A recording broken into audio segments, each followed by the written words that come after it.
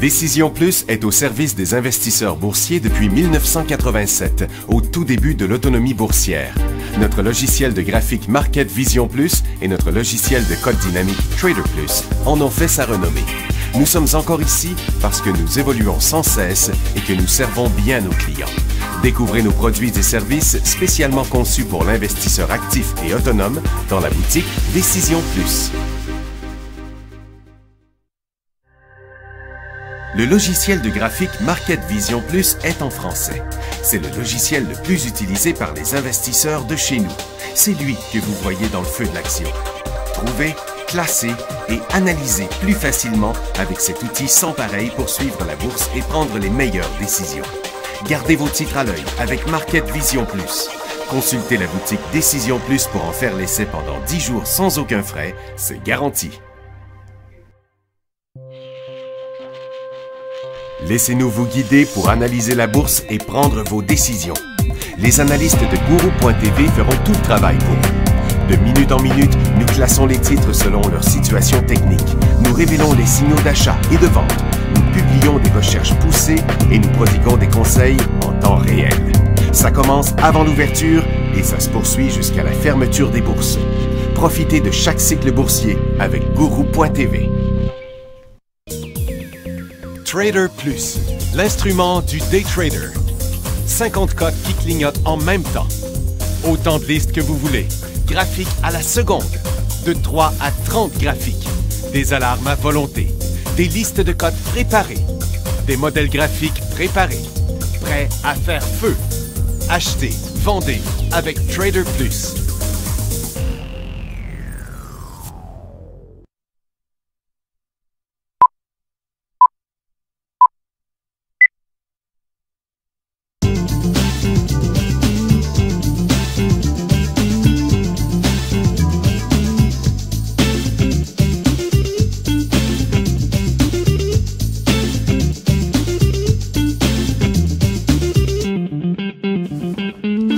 Bonjour tout le monde, bienvenue dans le fil de l'action mardi le 23 juin 2015. Quand même, il ne faut pas passer par-dessus la Saint-Jean. Et les marchés étaient en hausse encore ce matin, mais maintenant les marchés américains sont en baisse. Seul le marché de Toronto demeure en hausse. Mais ailleurs sur la planète, c'était pas si pire que ça. Le dollar américain a parti en hausse fortement ce matin, redescend depuis ce temps-là. Je vais vous le montrer ici. Il suit une pente là, depuis son ouverture qui était ici. Mais le Nikkei est en marché haussier, très fort. La bourse de Chine, à partir de son support, continue à remonter aussi dans un cycle haussier. La bourse de Londres a fini par se rendre jusqu'à son sommet du début de juin. Donc, pour l'instant, ça semble OK, mais je suis comme, en principe, je m'attends à ce que les marchés reviennent en baisse, parce que là, c'est volatile aujourd'hui, là, ça s'en va dans toutes les directions, plein de choses qui montaient, qui là montent plus. Ça a encore l'air bien d'un réchappage, là. Premièrement, les leaders européens donnent 48 heures à la Grèce pour satisfaire les créanciers. Bon, on voit que la pression augmente, là. Hier, tout semblait très, très positif. S'attendait même à avoir une réponse avant la fin de la semaine. On est mardi. Puis là, ben, ils leur donnent même pas jusqu'à vendredi, ils leur donnent jusqu'à jeudi. Bon. Plus près de nous, on voit que le marché, le SP500, c'était à la hausse ce matin, maintenant est à la baisse, donc ça ressemble à un sommet. Le Dow Jones ne passera pas au-dessus de ses sommets historiques des derniers mois et de ses sommets historiques de tous les temps tout court. Et puis, Nasdaq plafonne, le Dow Jones plafonne et le TSX, lui, reste encore un peu en montée, mais j'ai l'impression que qu'on va reperdre ces points-là dans pas long. Bon, qu'est-ce qui s'est passé ce matin sur les ressources? Regardez ça, le gaz a parti en feu, a complètement perdu tous ses points. USO, qui représente le pétrole, lui, était en baisse ce matin, maintenant est en hausse. Et les pétrolières sont en hausse aussi, sauvant la situation parce que ça glissait quand même pas mal partout ce matin. L'argent est en baisse, l'or est en baisse, mais malgré tout, Les titres sont en hausse. Donc, on peut voir là un peu de prise de position institutionnelle qui vient quand même sauver le secteur aurifère. C'est les mines qui remontent aussi, elles, qui en avaient bien besoin. On va faire le tour de tout ça dans pas longtemps. Merci, Chris. Et allons-y d'abord avec nos nouvelles aujourd'hui. Darden Restaurant annonce qu'il va poursuivre la séparation de ses activités, ce qui l'a fait monter fortement avant de redescendre, là, parce que dans le fond, ils vont scinder leurs 430 restaurants en vertu d'une entente de cession de bail. Là. Green Dot a signé un contrat avec Walmart et boy, tiens, ça aide une compagnie, c'est quand on signe un contrat avec Walmart. En fait, c'est un renouvellement. Parce qu'ils vont demeurer le gestionnaire de programme MoneyCard. Et puis, regardez, deux mouvements complètement contraires. Là. Vical, eux autres, ils ont eu un petit problème parce que leur médicament contre l'herpès a échoué les essais cliniques de mi-étape. Le titre est parti de 1,42 $ hier. Il est présentement 76 cents. 46 % de chute. C'est pas rien. Les commandes de biens durables sont en forte baisse en mai. Du côté canadien, BlackBerry repère du poil de la bête parce que la nouvelle, c'est qu'ils ont conclu un accord de lien croisé de brevets à long terme couvrant leurs produits de technologie respective. Ça, c'est avec Cisco. Quand même gros, là, Cisco. Leur vente de logiciels a augmenté de 153 %. Ça représente 137 millions, je suppose. Surpassant les estimés. Cependant, les ventes de téléphones intelligents sont en baisse. Energy Fuel, qui était très volatile, hier, on me posait la question, est-ce que c'est un achat? Je disais non, pas après 2 grosses journées de cycle haussier comme ça. Et c'est retombé. Puis c'est quoi leur affaire? C'est qu'ils sont juste rajoutés à l'indice Russell 3000 le 26 juin. Tech est passible d'une amende de 4 millions, ça n'a pas l'air à les déranger bien. C'est des infractions environnementales sur leur mine de cuivre au Chili, mais le Tech rebondit sur son support. Peut-être qu'on va connaître un petit bout haussier de ce côté-là. Altius Mineral, lui, descend. En fait, ils vont acquérir plusieurs terrains dans le Michigan de Bitterroot, compagnie qui est dans Dèche, on dirait, parce que regardez, le graphique, ça a l'air de rien d'autre. Ça n'a même pas l'air d'un graphique. La compagnie ne vaut plus rien. C'est comme en faillite technique. On a l'impression qu'ils sont en train de vendre les meubles. Integra Corp lance un financement participatif d'1 million. Puis leur objectif, c'est de trouver la prochaine grande découverte d'or dans le coin de Val-d'Or. Ben là, 1 million pour ça, là. Écoute, ça fait longtemps que tout le monde cherche dans le coin de Val-d'Or. Je suis pas sûr qu'avec 1 million, on va trouver le prochain grand projet. Il me semble que c'est des pinottes. 1 million pour ça. Amaya continue à foncer. C'est le président David Bazov qui a dit les allégations de l'autorité des marchés contre à l'effet qu'il y aurait eu des irrégularités n'ont pas miné notre réputation. Et d'ailleurs, le titre en est la preuve. Ils disent que ça n'affectera pas leur expansion internationale. C'était ça, les nouvelles aujourd'hui. Bon, le Dow Jones est revenu positif. On va aller voir ça. De peine et de misère. Vous voyez, ça a monté ici. Ce matin, on est revenu à 0. Puis là, ça vient de remonter d'une vingtaine de points. 22 précisément.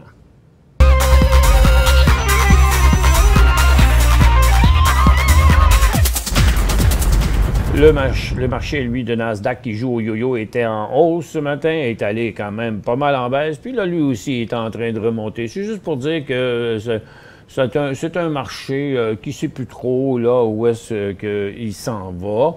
Et puis le TSX conserve une petite hausse, ne veut pas aller plus loin, fait des sommets négatifs depuis qu'il a ouvert après sa première hausse.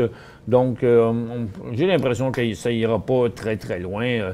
Il me semble que les éléments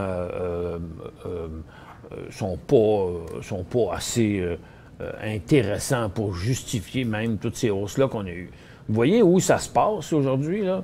Ça se passe sur l'énergie, sur les matériaux, sur les mines, sur les aurifères. Les autres secteurs, la technologie vient de virer de bord. Les télécoms, les services aux collectivités, la santé, ça fait rien. Puis on a des petites hausses dans les autres secteurs plus traditionnels, la consommation discrétionnaire, la consommation de base, les services financiers et les industriels. Mais il ne reste plus grand-chose dans les industriels.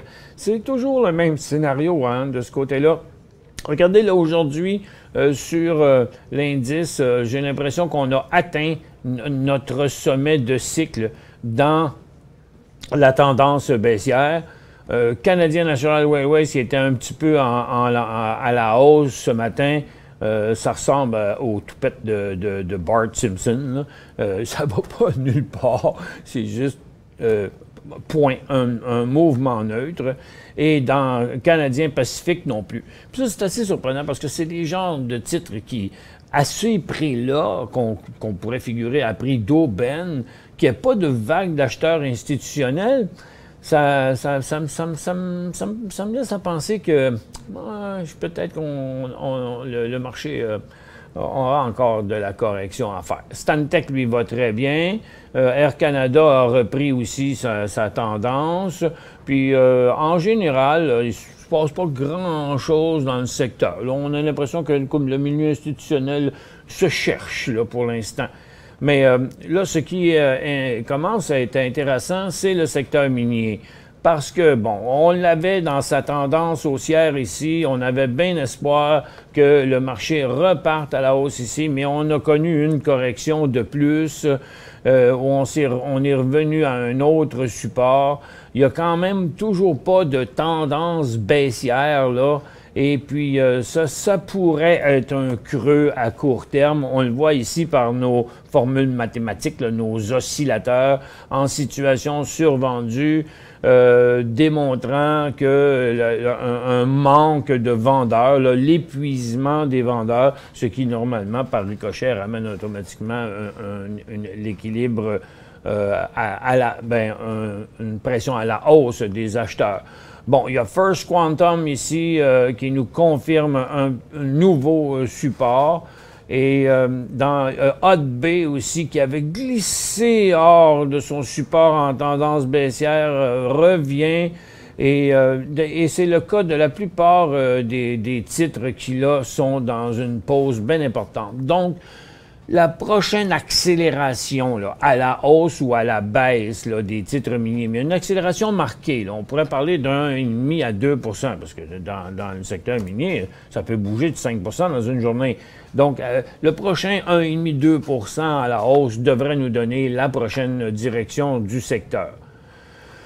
Pour ce qui est des autres, ben, le marché se tient. On peut pas dire que c'est négatif, mais d'un autre côté, plus ou moins une centaine de points dans le moment à l'endroit où on est situé dans l'évolution du marché, ça signifie pas grand-chose. On se demande toujours qu'est-ce qui pourrait amener le marché encore à la hausse, mais la Grèce qui va réussir à payer leurs dettes, ben, en tout cas, à satisfaire les créanciers ou autre chose qui va arriver. Pour l'instant, c'est vraiment faible. C'est à peu près les seules choses qu'on a qui ont à rapporter dans les nouvelles. Cette semaine, il disait qu'on était pour avoir des hausses de taux d'intérêt. En premier, le marché tombait. Après ça, ils se sont mis à dire « Oui, mais peut-être qu'il n'y aura pas des hausses d'intérêt. Peut-être qu'il va n'en avoir rien qu'une parce que l'économie va bouger d'ici à ce temps-là. Peut-être, tu sais, c'est comme... Il n'y a jamais rien d'officiel. Ça fait bouger les marchés. On a l'impression que le marché sort les nouvelles qu'il a besoin pour faire les réactions qu'il veut. Mais pour l'instant, il n'y en a pas de réponse. Il n'y en a pas de réponse sur où il s'en va, là, ce marché-là. Ça fait que, bon, plus rien dans le gaz, toujours le pétrole qu'on surveille un nouveau cycle à la hausse, puis les aurifères, tiens, qu'on va examiner maintenant. L'or a chuté sur son seuil de avril, mai et juin ce matin. Par contre, les titres n'ont pas suivi le mouvement, se retrouvent en situation survendue, indiquant qu'on devrait être à la veille d'un rebond, peut-être de quelques jours à la hausse. Mais c'est sûr que ça va dépendre beaucoup de l'or, mais l'or aussi arrive en situation survendue. Donc, ça devrait je crois pas qu'on va chuter solide là, sur l'or. Je pense qu'on est dû pour une petite remontée du secteur. Pour joindre Michel Carignan et son équipe par courriel, écrivez à michelcarignan@decisionplus.com. 5 bonnes raisons de gérer vos investissements avec Banque Nationale Courtage Direct. Des frais de commission fixes à 9,95 en tout temps pour tous les clients et à partir de seulement 6,95 si vous êtes un investisseur actif. Aucun frais d'administration annuel si vous détenez plus de 20 000 $ dans vos comptes. La possibilité d'ouvrir des comptes enregistrés en devise américaine. Des outils performants afin de faciliter vos prises de décision. Un service à la clientèle primé et un niveau de satisfaction parmi les plus élevés de l'industrie. Pour en savoir plus, visitez le bncd.ca ou appelez-nous dès maintenant. Décision Plus est au service des investisseurs boursiers depuis 1987, au tout début de l'autonomie boursière. Notre logiciel de graphique Market Vision Plus et notre logiciel de code dynamique Trader Plus en ont fait sa renommée. Nous sommes encore ici parce que nous évoluons sans cesse et que nous servons bien nos clients.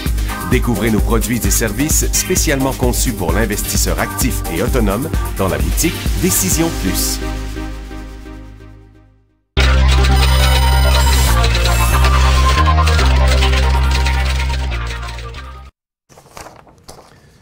Bon retour, mesdames et messieurs. On a une couple de questions ici, un ou deux courriels. Premièrement, Michel, peux-tu analyser UR? Bon, c'est Daniel UR qu'on me demande très souvent de ce temps-là. C'est normal parce que lorsqu'on tombe sur des titres vedettes de même, ben plus il monte, plus il attire de monde. Il y a eu énormément de signaux techniques d'achat sur ce titre-là. Là. 1, 2, 3, 4, 5, 6, 7, 8. Et ça en fait. Là. Mais regardez la tendance qui continue toujours d'accélérer. C'est quand même pas rien. On sait que cet angle-là là, de 75 degrés à peu près, là, on n'est pas capable de maintenir ça longtemps. Donc, c'est définitivement pas un temps pour l'acheter là. C'est un temps pour à peu près tout le monde qui n'a de prendre des profits partiels. Faut pas, c'est sûr, se débarrasser d'un titre de même. On prend des profits partiels. Après ça, on profite d'une prochaine faiblesse pour reprendre notre position après que ça aura été, que ce sera devenu une aubaine. Salut Michel, c'est Gaëtan qui dit voulais-tu dire pour HVU que la façon dont le stock fonctionnait, ce n'est pas directement relié au SPY? Non, c'est pas directement relié au SPY. Là. C'est pas exact. OK? Je vais vous expliquer. Il travaille avec le VXX et la façon dont se calcule le stock. Il se reset à 0 tous les jours et il essaie de maintenir aussi la différence de la monnaie américaine. Oh non, c'est bien compliqué, oui. Donc, pas un stock qu'il faut recommander d'acheter à cause de sa méthode de calcul. Ça, je le dis tout le temps. Quand les gens me parlent de HVU, c'est pas facile. Je le sais pour l'avoir suivi longtemps.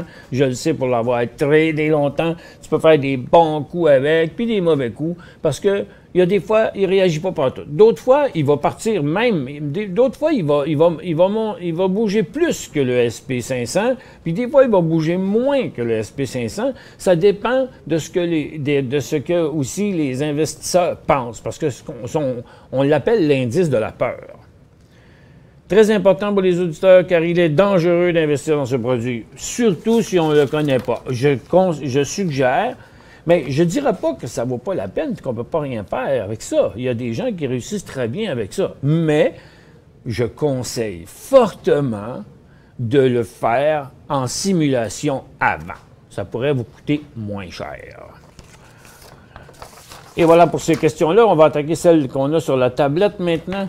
C'est un beau petit nom, ça, Ticast. APRI sur Nasdaq. On va y aller immédiatement. C'est Apricus Bioscience qui nous présente une belle formation technique. Remarquez que le volume est extrêmement faible de ce temps-ci sur le mouvement neutre. Puis là, il n'y a rien d'autre à faire qu'attendre. À 1,84, regarde, vous pourriez l'acheter maintenant, mais il faudrait le vendre s'il tombait à 1,5 pièce. Ça démontrerait que les vendeurs qui ont refusé de vendre ici vendent et cèdent aux acheteurs. Donc, on aimerait mieux voir les acheteurs payer le prix des vendeurs puis pousser ça à la hausse avec un volume en augmentation. Genre un bon petit million de volume minimum. Hein? Serge, que pensez de NOT? Ah, Noron? Ça fait longtemps que je ne l'ai pas vu. Ah ben oui, il y a comme... c'est comme enclenché hier. Je ne sais pas trop pour quelle raison. Attends un peu. Je vais aller voir les... Parce que Noron, c'est dans les métaux rares, c'est dans les rare earth, hein, me semble. Qu'est-ce qui s'est passé dans ce secteur-là hier? Il s'est rien passé. Il était tout seul à faire ça. Bon, ça n'a pas donné suite, là. Donc, je pense que... Dans les conditions, bougez pas, je vais regarder dans un graphique intra-séance, je vais mettre ça en 15 minutes, sur une dizaine de jours. Ouais. Il a jumpé d'un coup, puis là, il reste là, à rien faire. Ah oui, regarde, il y a eu un bloc de 200 000 hier là-dessus. C'est vraiment sous toute réserve, hein, parce que, regardez, il y a 202 000 dans ces gros volumes-là, mais toutes les autres journées, là, il faisait 30 000 de volume, là. Je sais pas. J'avoue que je ne sais pas. Je le sens pas bien, là, ce mouvement-là. AMDA. Oh, ça, c'est le marché américain. AMDA. C'est Amedica Gold Corp Common Stock. Là, ça, c'est définitivement tout près d'un sommet de cycle haussier. Là. Ce serait extraordinaire de le voir passer ça. Ça se produit jamais, ça. 2 fois sur 100, là, tu sais. Le titre a décollé ici, là, son dernier cycle haussier, là, il a commencé à 50 cents, il est rendu à 80 cents. C'est toute une augmentation, c'est presque 60 % en quelques jours. Ça, c'est pas la place pour m'acheter. Si on prend des profits, puis on check ça, voir si, tant mieux, après ça, s'il fait une correction, puis on peut venir le racheter dans une prochaine ascension. Mais définitivement, on ne l'achèterait pas aujourd'hui, là. Éric. Lily, pourquoi FEE bouge comme ça?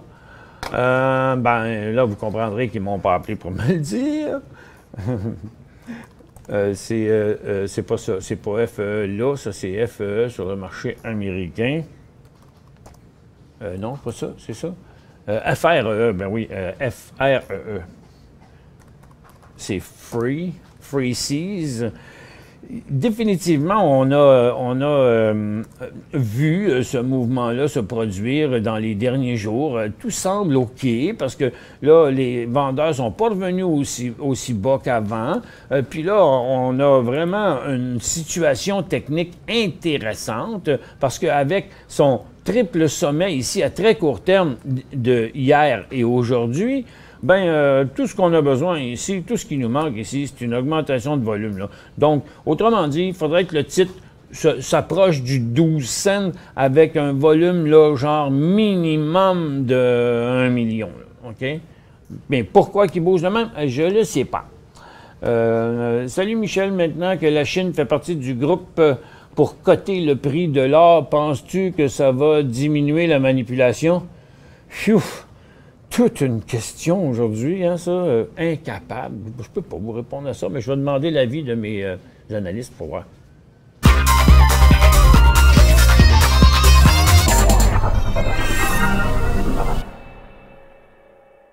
5 bonnes raisons de gérer vos investissements avec Banque Nationale Courtage Direct. Des frais de commission fixes à 9,95 en tout temps pour tous les clients et à partir de seulement 6,95 si vous êtes un investisseur actif. Aucun frais d'administration annuel si vous détenez plus de 20 000 $ dans vos comptes. La possibilité d'ouvrir des comptes enregistrés en devise américaine.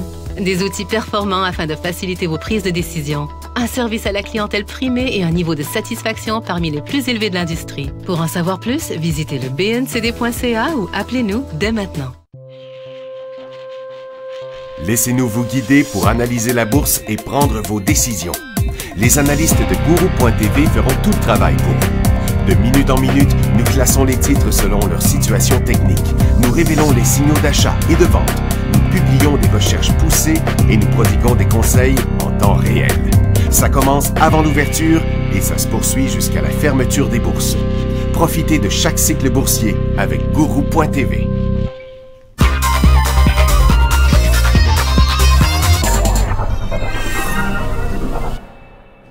Bon retour, mesdames et messieurs.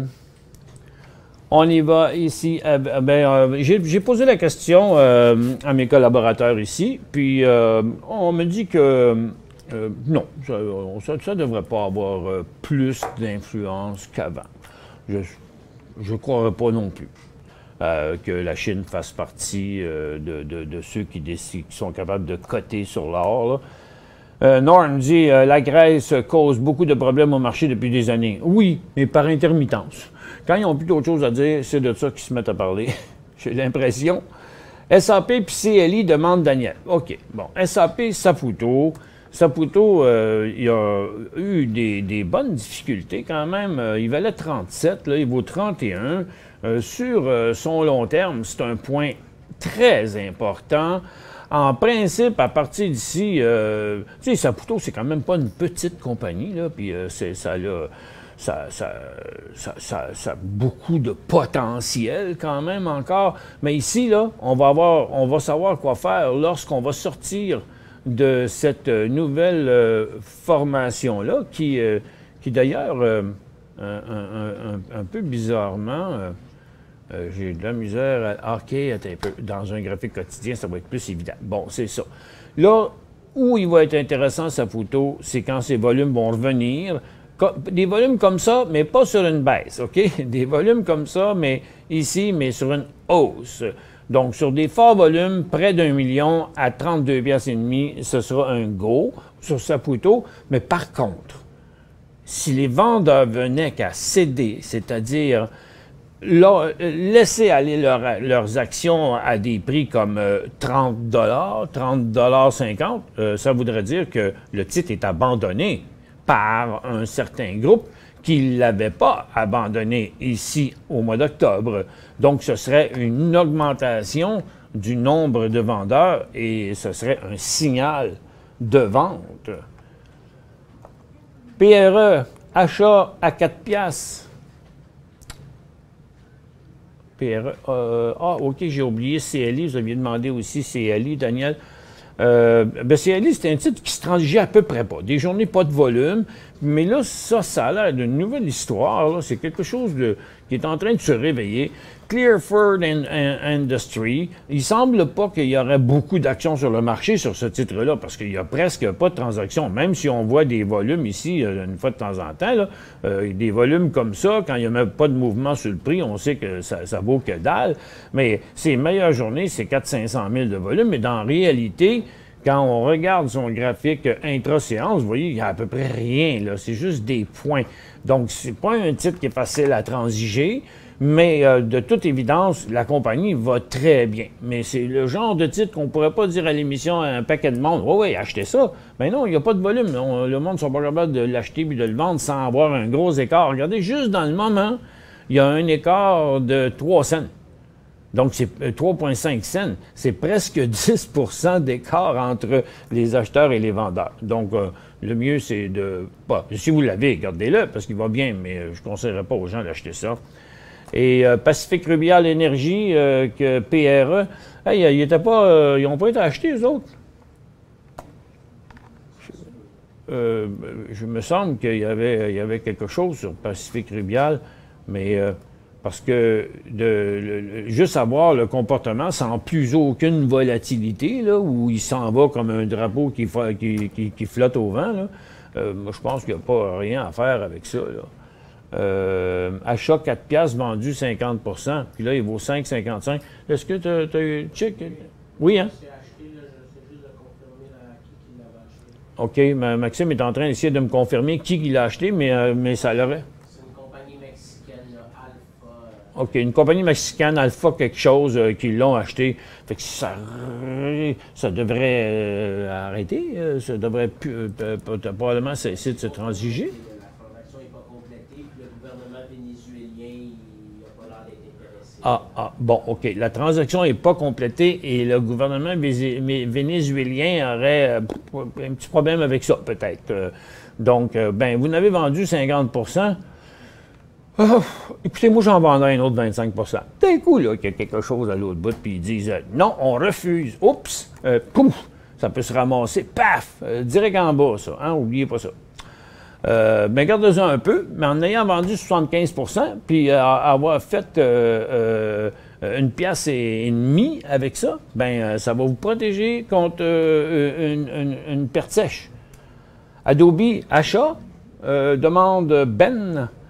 Hier, ça en était un, puis votre question datait d'hier. Je pense que ça l'est encore. Écoutez, vous savez, là, combien de fois que je vous ai montré ça dans les dernières années? Un titre qui passe comme ça, une résistance de même, sur des gros volumes de même, ça fait qu'un nouveau haut ever, là, plus longtemps et plus souvent, une résistance est traversée, plus loin que ça va aller quand il va passer au travers, parce que ça veut dire que là, il y a quelque chose de plus qu'avant. Bon, il reste juste 30 secondes, mais il reste encore des questions. CNR, c'est-tu un go? Demande André. Non, c'est pas un go. Dans cette période d'incertitude de la Grèce, est-ce mieux de se réfugier dans le secteur de la santé? Le secteur de la santé est plus attractif? Oui, il est plus attractif, le secteur de la santé, et c'est extrêmement volatile. Oubliez juste une chose bien importante. S'il y a une place qu'il ne faut pas mettre tous ses œufs dans le même panier, c'est dans le secteur de la santé. Il faut s'assurer d'être bien répartis, parce que s'ils se font planter par la FDA, souvent, là, ça tombe de moitié. Là. Ça peut être bien payant, ces stocks-là, mais jamais avoir des trop grosses positions dans le secteur santé. Merci d'avoir été avec nous. On se retrouve demain dans le feu de l'action.